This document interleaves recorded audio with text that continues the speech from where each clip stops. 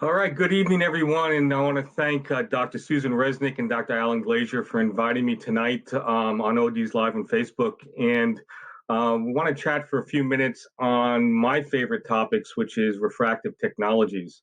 I'm going to start out talking about the front of the eye, and then we'll proceed to go to the inside of the eye. So why don't we first start talking about some corneal technologies and a very brief history of corneal refractive therapies. Um, Lasik and PRK were first approved in the United States, as most people know, in the late 90s. The technology has come quite some ways in the last 20 plus years. When we first started doing this in the late 90s, 2040 was considered a success. Today, if we don't get 2020, it's a major disappointment. The technology first started out with standardized ablations, which were based primarily on spectacle prescriptions. And then the big jump in technology came in the 2000s when we finally came to the WaveFront guided technology. This was pioneered by a company at the time called Vizx AMO. Their WaveFront technology was evolutionary. It brought our expectations from 2040 to 2020. It improved our outcomes significantly, along with femtosecond technology, which came around the same time, where we went from using blades to create flaps for LASIK to using femtosecond lasers to create flaps. It also boosted our safety and our efficacy to the point where now we expected patients to achieve 2020. And it wasn't unusual in the early 2000s for us to see surgeons getting 80+ % of patients 2020. So we were achieving great results. As the technology kept improving and we got to 2015 or so, the next jump in LASIK technology and PRK technology came about, and that was Topoguide technology. Topoguide technology was pioneered by lots of companies in the early days, Bausch and Lomb, but the first FDA approvals for Topoguide technology came from Alcon and their Contura technology. They used a placido disc topographer to measure the shape of a cornea, and it gave us a way to more precisely correct patients' astigmatism. And this gave us yet another boost in our outcomes. Now we're in the 90 percentiles of 2020 vision with our patients. We even have some docs now who are achieving 95+% 2020. And it's really exciting to see patients really achieve these levels of vision. It's even gotten to the point now where when we do clinical studies, we no longer even use 2020 as our guideline. We use 2016 because so many patients are achieving 2020. The difference between 96% and 98%, it's hard to see a clinical significance. But when we look at 2016 rates, we're now seeing routine 2016 rates 40%, 60%, depending on which technology we're examining. So it's really getting exciting, getting patients to see better than 2020, many of them claiming to see better than they've ever seen before with their glasses or their contact lenses. So technology continues to improve right now. Contour or topo-guided technology is the latest technology. The wavefront guided technology has also improved significantly since its introduction around 2005.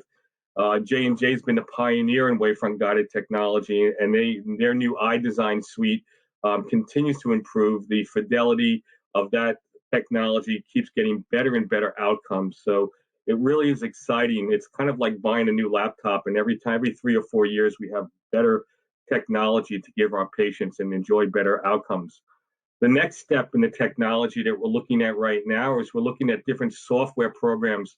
There's a software program we're using now, and we're looking at called Forcities. And this program takes the topo-guided results and creates an even more accurate algorithm to treat patients with, to more precisely correct their astigmatism and get better uncorrected visions. And now we're in phase 3 studies of looking at tracy or eye captures, where we can actually do ray tracing of the eye and even finding better results with this technology. So it's really exciting. Looking forward to having this technology available to the consumers. We're doing phase 3 studies for the companies right now in this technology. So there's lots of excitement in corneal refractive surgery, especially around Lasik and PRK. Other exciting technology on the cornea that we should mention also is SMILE technology. The leader in that is Zeiss. Zeiss has the only FDA-approved intracorneal stromal lenticular removal technology. Um, the SMILE technology has come a long, long way in the last 5 years. I remember doing these intercorneal extractions of lenticulars back in the 90s with picosecond lasers, and our accuracy was plus or minus 5 diopters. So it was really at an infancy. Now the results with SMILE technology is getting into the 85% 2020. It's rivaling some of our PRK data. And it keeps getting better and better with new innovations and better tracking and better rotational compensation techniques. So we're really excited about SMILE technology. People will often ask me questions about, well, will SMILE technology one day take over for LASIK? And the answer is, I don't think anyone knows. One of the things we always look to is we look outside US to see what happens, because lots of these technologies are available outside US before they're here in the US. And we can see that SMILE in some countries has taken hold and has significant market share, and in others it hasn't. So we're really excited about SMILE technology. Right now, I'm not ready to tell my patients personally that that's the choice, but a lot of people are feeling more and more comfortable with that. And I'm looking forward to other companies, in addition to Zeiss, getting into the SMILE technology so that we have competition and we can see improvements. That's usually when we see improvements in technology, when companies are going head to head against each other. It costs more money to research and develop these technologies, and competition is always a good thing. So these are the exciting corneal technologies that we're looking at now. There have been some disappointments that I'll mention also over the few years. If some of you may remember the corneal inlays that we were doing up till about 2 years ago. We had the raindrop inlay, we had the camera inlay, and these inlays were refractive inserts into the cornea that would either change the shape of the cornea like the raindrop did, or use it a pinhole to improve the quality of vision like the camera did. Unfortunately, these technologies had significant long-term side effects. I think most of us believe that the foreign body in the cornea was ultimately the reason for failure of these products. So I think inlays were a disappointment, and I don't think we'll be seeing any new inlays in the US anytime soon. So while we've had lots of exciting technologies and lots of wins, we've also had some losses. Now, in addition to corneal technologies, we also have had lots of improvements in our intraocular refractive technologies. And today, being a cataract surgeon has really become being a refractive surgeon. Like the early days of LASIK surgery, cataract surgery, we always looked at success rates of 20/40 vision. Now, most cataract surgeons have been forced to evolve into becoming refractive surgeons, and their goals now is to get patients' vision as close to 20/20 as possible. And some of the challenges has been is getting the exact power of the IOL in the eye and taking the measurements and developing nomograms that can get you those results that we could never get before. So some of the technology that we've grasped to get better results, one of which is intraocular aberrometry. Alcon has taken the lead in this technology, and its Aura technology. Zeiss also has a Calypso technology also available. And these technologies allow a surgeon to place an IOL into a patient's eye and right there live measure the accuracy of that IOL. And it allows us to make sure that if it's a toric IOL, that the axis is properly inserted. It allows us to see if it's a spherical IOL, if the spherical component is accurate. And if it's not, we can easily take that IOL out right then and there and insert a different IOL with a more perfect target. So intraocular aberrometry has been a great advancement in cataract surgery to make a better refractive outcome. I think it's interesting as we've seen premium IOLs evolve over the last 15 years or so. I think a lot of us who spent time with the early technologies were disappointed, not so much in the visual acuity outcomes, but in the patient satisfaction outcomes. I think a combination of quality of vision, nighttime glare, and just the lack of clarity, even though the quantity of vision was good. And we also often would measure excellent visual acuity, the patients wouldn't always be happy with the results. And unlike a contact lens where you can simply change the lens or take it out, an IOL, as you know, once it's in there, it's pretty much in there for life unless we decide to do in exchange, which is a major big deal, and we really don't like to resort to that unless we have to. So the premium IOL market hasn't taken off like a lot of people predicted. We're still in single digits as far as penetrance. Less than 10% of patients get premium IOLs overall. If you include toric IOLs in the premium lens market, then we're probably around 11 to 12, 13% of the market. But still, again, more than 80% of patients are getting monofocal IOLs today. Part of that is the disappointment with the early generation of lenses, and part of that is the difficulties in our cataract surgeon's office to adapt to become a refractive surgery tool. They don't have the infrastructure or the employees that are able to help patients understand and choose the right patients for this technology to maximize the success. So that's still a challenge out there with all the companies producing these lenses. The lenses currently being produced and available in the United States today, the IOLs are better than they ever have been before. If you had experience with the original Array multifocal diffractive IOL or the original Restore or Technis multifocal, the lenses that are available today are significantly better than those before. I know there was some point about 5 years ago where I all but stopped recommending to my patients the multifocal IOLs because of the unpredictability of the outcomes. I think one thing we learned over time is that it is essential to hit your plano target.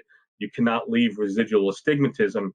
And the advent of tools like femtosecond lasers have allowed cataract surgery to titrate the astigmatism a lot more than we could before we had those tools. Hand-done AKs and limbal relaxing incisions were good, but they were not as accurate as we needed them to be. Now the combination of toric IOLs and femtosecond incisions for improving the toric outcomes have really combined to give us the tools in our tool belt to try to minimize the postoperative astigmatism. Surgeons take the time to learn what their surgically induced astigmatism is. It becomes actually fairly easy to calculate a refractively neutral outcome for our patients using these tools like toric IOLs. And I think if you're a practicing optometrist out there and you're not helping in selecting what IOL would be right for your patient, you're really missing out on a wonderful opportunity to help your patient maximize their results. I know a lot of cataract surgeons out there still say, well, they're going to have to wear glasses probably anyway. So what's the difference whether their glasses contain astigmatism or if they're a little bit over or under corrected? I think that attitude will always keep the use of premium IOLs to a minimum. In my practice, if patient has corneal astigmatism of a diopter or more, I am going to automatically recommend a toric IOL for these patients. With today's toric IOLs, unlike the first generation, their rotational stability is so much better than the first generation lenses that we very rarely see any residual astigmatism from these lenses.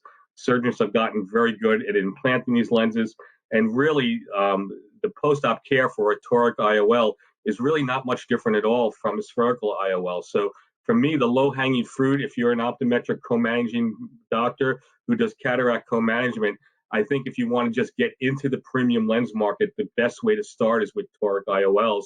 And again, focus on your patient's corneal astigmatism, not so much their spectacle astigmatism, remembering that the toric IOLs are really only meant to correct your corneal toricity. Your lenticular astigmatism will be removed with the cataract. So those patients, again, are the easiest. As far as the multifocal patients, I found ways to screen my patients so now that I can choose patients who I know will be happy with the results from these multifocal lenses that we have today. With the extended depth of focus lenses we currently have, and even the trifocals that we now have, Alcon has taken the lead in the first FDA approval with the Panoptic trifocal. And Johnson & Johnson has the Symphony lens that's been out for a couple of years now. And I've had lots of success and lots of happy patients with the Symphony lens, which gives outstanding distance vision, outstanding intermediate vision, and good close vision. Some patients will need some additional reading with these IOLs, but again, the beauty of these lenses, unlike the first generation lenses, is that it's easy to prescribe additional plus at close. What I've always had struggles with in the old days with the original version of the Array or the Restore or the Technis multifocal, it was very difficult to refractively help patients who were not happy with their vision. even with residual astigmatism and with additional plus at near, found it very challenging to help these patients. With the new generation of both trifocal and extended depth of focus lens like the Symphony lenses, my success rate is extremely high. I think the biggest issue that I'm still careful about is choosing patients who are not super particular about their vision. And I use things like the Dell questionnaire to find out how choosy they are, what's most important to them. And if I find out what's most important to them is their distance vision and intermediate vision, to me, that's an easy win. If their most single important thing is their reading vision, now that becomes a little bit more of a challenge. It doesn't rule them out for a multifocal lens, but now I have to pick and choose, and I might mix and match and talk with my surgeon more before we make a final decision whether we go with a monofocal or we go with one of the newer multifocal lenses. And there are lots of lenses on the horizon. I'm really excited about some of the technologies that are coming out. We see in other countries there are lots of other IOLs that are showing promise. There's several other trifocal lenses that give 3 unique focal points using diffractive technologies. And there are other extended depth of focus lenses that use a combination of diffractive optics and aspheric optics to give multifocal effects without the subjective quality of vision problems that we've seen in the younger generation lenses. So I'm looking forward. Over the next 3 years, we expect to see a lot of new lenses coming. The one surprise that we have not seen, there was a lot of hype being talked about our accommodating lenses. You know, the crystal lens has been around for a lot of years in the US, and it hasn't really performed to the level that we've liked. When it works great. But the problem is you can't always determine on how the fit in the bag is going to be. And some of these lenses will not accommodate. Some of them will Z position and will get a myopic outcome. So a lot of docs have moved away from that technology, and a lot of the other accommodative technologies have just really not made it to the US yet. And we don't see too many of them on the horizon. So while the win so far has been the new trifocal lenses and the new extended depth of focus lenses, probably the loss has been the accommodative lenses. We're not seeing a lot of that technology really take grasp right now. But there's never been a better time today to either have corneal refractive surgery or lenticular refractive surgery. The technologies now that are matched properly to the patient, we can have patient satisfaction rates that are as good as anything else that we do in eye care. So a really exciting time to be an optometrist, an exciting time to co-manage refractive surgery patients, whether they're corneal or lens-based technologies. And Susan, I'd like to take some questions, but I cannot see, and this is probably my fault, I cannot see the question box. Maybe you can text me some questions. All right, so I just got a question text to me by a colleague. Here's one. Can you explain the difference between WaveFront optimized and topo-guided technology? That's a great question. So WaveFront optimized technology and topo-guided technology right now in the United States are both provided solely from one company called Alcon. So let's talk first about WaveFront optimized technology. What WaveFront optimized technology does is it takes the patient's refractive error, basically their spectacle prescription, and then it takes their K readings in combination with the shape of their cornea, and it develops a pattern that will correct for spherical aberration. And that's somewhat age dependent, somewhat corneal K dependent, and it adds in these extra pulses that will correct for spherical aberration. What we found with all the high order aberrations, the one that affects vision the most is induction of spherical aberration. So what we do with WaveFront optimized technology is we take a lot of extra pulses in the periphery to correct this induced spherical aberration from the low order aberration. So the correction of the myopia and the astigmatism, which induces spherical aberration, we put extra pulses in to counteract that so that we are spherical aberration neutral. So we try to make the patient end up with the same amount of spherical aberration that they started with. That was the biggest problem with the original LASIK technology, is that we would induce a lot of spherical aberration. And what this spherical aberration would ultimately do is cause problems with glare, halos, and quality of vision, particularly at nighttime. By moving to these WaveFront optimized patterns, it allowed us to compensate in the periphery for this so that there wouldn't be that dramatic drop off at the optic zone and all this induced spherical aberration, which would ruin the quality of their vision, particularly in our moderate to high myopes. So now we see with the optimized technology, it'll calculate depending on how much myopia we're correcting, how much astigmatism we're correcting, what are the K readings of the cornea and shape of the cornea. It'll calculate a spherical aberration treatment that will, again, maintain the neutrality and not induce spherical aberration. So that's WaveFront optimized technology. Now, topo-guided technology takes an even more sophisticated approach where it actually takes a topography of the front surface of the cornea, and it looks at the astigmatism in all points, all the way to the limbus, and it creates an ablation pattern that's specifically designed to make that cornea as refractively neutral as possible. And it accounts for multiple high-order aberrations, not just spherical aberration. So if that patient has naturally occurring coma or trefoil or quadrifoil or other aberrations, it'll take into account these irregularities, and it will also, the important part is it'll take into account the fact that most people's astigmatism is not symmetric. Most of people's astigmatism is not exactly orthogonal. And what this technology does is it measures this and it corrects this using very small spot lasers. The other significant improvement that has allowed this technology to really be so accurate is the fact that our lasers have gone to a 10 hertz or 10 pulses per second back in the 90s to now a 500 hertz. So the lasers are so much faster that they can treat these with much smaller spots. So it's like using a fine tooth pencil to make the correction versus a very thick, broad based felt tip marker. So we can do much more precise corrections with much faster ablation. So instead of an ablation maybe taking 2 minutes to occur, we can now do most ablations in less than 10 seconds. It's just very, very quick. And this speed allows the cornea not to dehydrate and makes everything so much more accurate. So topo-guided technologies allow us to take in a specific measurement of that eye and correct the aberrations on the front surface of that eye, where WaveFront optimized technology uses the general shape of that eye without using the specific topography map of the eye to account for spherical aberration only. And what we see is with topo-guided technology, we see incremental improvements in uncorrected vision because of these quality of vision enhancements that we see with this technology. And topo-guided technology continues to improve with the different computer algorithms we're using to program those topo-guided ablation maps. All right, let's see. Next question is, hello, Andy. Hello, Tim. And hello, Bill. What is your favorite multifocal IOL? Wow, that's a great question, Eric. And my favorite multifocal IOL really varies from day to day.